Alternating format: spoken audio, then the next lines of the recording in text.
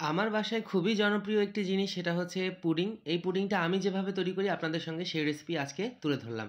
একে আমরা বেকিং ইন্ডাস্ট্রিতে ক্রিম ক্যারামেল নামেও চিনে থাকি। এর জন্য প্রথমেই আমি এখানে ৪ টা রুম টেম্পারেচারে থাকা ডিম নিয়ে নিচ্ছি। ডিমগুলো ফ্রিজে থাকলেও চলবে। এখানে আমি ৪ টা বেশ বড় সাইজের ডিম নিয়ে নিয়েছি। এবার আমি এর মধ্যে দিয়ে দিলাম ১২০ গ্রাম পরিমাণ চিনি।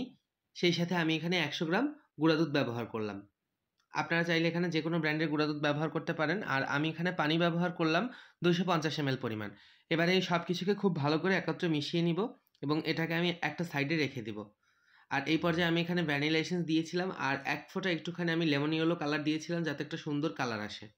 এবারে চিনি ক্যারামেল করার জন্য এখানে ৪৫ গ্রাম পরিমাণ চিনি নিয়ে নিয়েছি। সেই সাথে এখানে ২-৩ টেবিল চামচ পানি দিয়ে এটাকে ক্যারামেল করে নিতে হবে। তো ক্যারামেলটাকে আমি করে নিয়েছিলাম।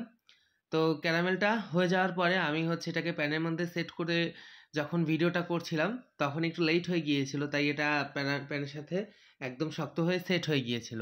এরপরে আমি যেটা করেছিলাম অন্য একটা পাত্রের মধ্যে আরও একটু ক্যারামেল করে পুরোটাকে কাভার করে ফেলছিলাম।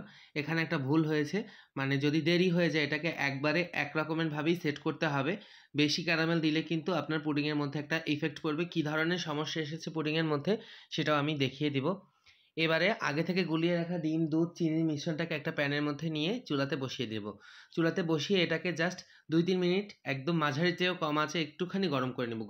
গরম করে নেওয়ার মূল উদ্দেশ্য হচ্ছে যাতে গুঁড়া দুধ এবং ডিম, চিনি সব কিছু সুন্দরভাবে ওয়েল কম্বাইন হয়ে যায় আর এটা যেন খুব সুন্দর হয়, সিল্কি স্মুথ টেক্সচার হয়।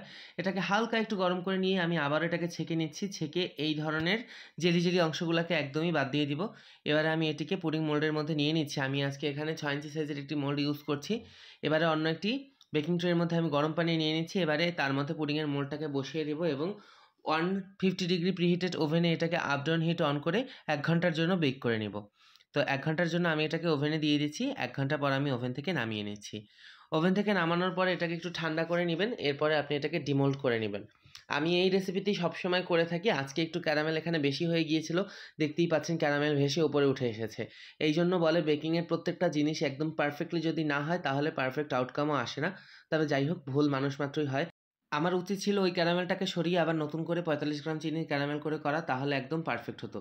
যাই হোক, ভুল থেকেই মানুষ শিক্ষা পায়। তো আপনাদের কাছে এই রেসিপিটি কেমন লাগলো? এই রেসিপি অনুযায়ী আমি সবসময় তৈরি করে থাকি। বাসাতেও আমার এই রেসিপিটি অনেক বেশি জনপ্রিয়। মিষ্টির ক্রেভিং উঠলেই আমরা এটা বানিয়ে থাকি।